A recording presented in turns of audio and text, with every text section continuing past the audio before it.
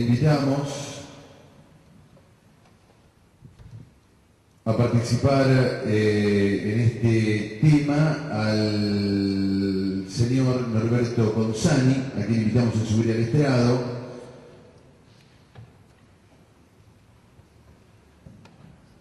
Por favor.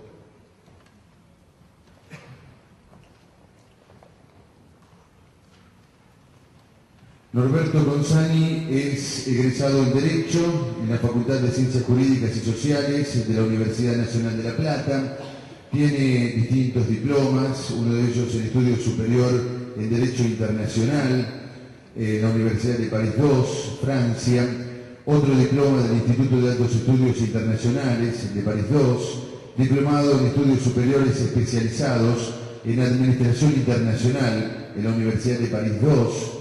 Doctorado en Derecho Internacional, también en la Universidad de París, estudios de posgrado en la Universidad de Cornell, en Estados Unidos, profesor titular por concurso en Derecho Internacional en la Universidad Nacional de La Plata, profesor de posgrado en Derecho Internacional y Relaciones Internacionales, también en la Universidad Nacional de La Plata, director fundador de la Maestría en Recursos Internacionales, en el Instituto de Relaciones Internacionales, en la Universidad Nacional de La Plata, en la revista Relaciones Internacionales, editada por el Instituto, en el Anuario en Relaciones Internacionales, editado por el IRI en el año 94, fue director en varias tesis de posgrado y equipos de investigación, a los cuales ha guiado, investigador categoría 1 de la Universidad Nacional de La Plata.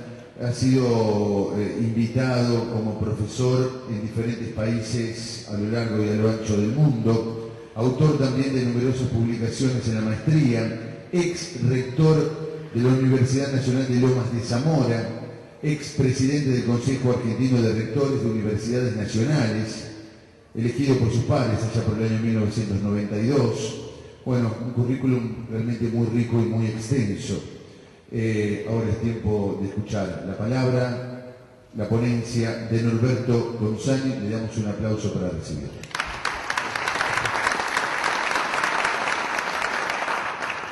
Bueno, por supuesto, buenas tardes a todos.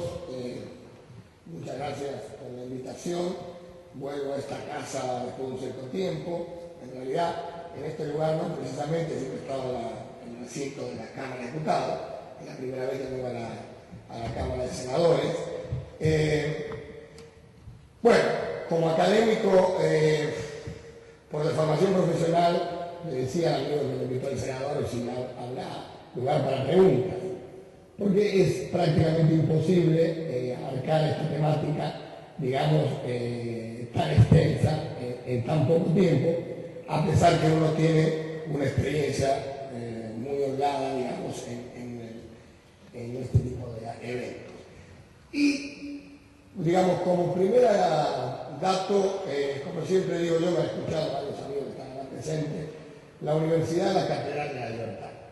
Por lo tanto, seguramente voy a decir cosas que a algunos les va a gustar. Estamos en el recinto de la democracia y, evidentemente, creo que es un debate que necesita esta sociedad porque, evidentemente, tenemos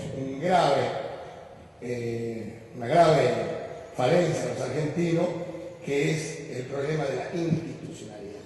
Creo que es una cosa verdaderamente que está corroyendo la sociedad argentina desde hace mucho tiempo y somos muy poco respetuosos los argentinos de las instituciones y también, por ende, los latinoamericanos, pero quizás el peor alumno de la clase sea la República Argentina.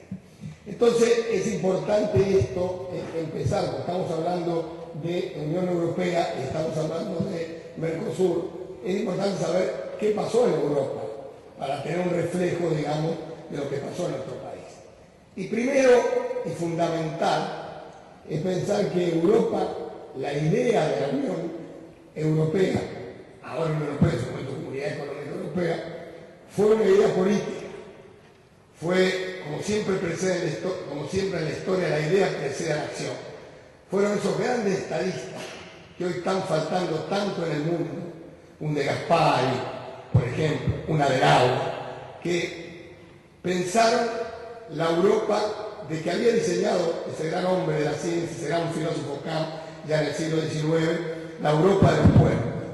Y tuvieron un ejecutor, el padre de la Unión Europea, Jean Monnet, que por aquellos años 50 decía: tenemos que integrar a estos países que se desangraron en 2 guerras mundiales por la soledad de hecho.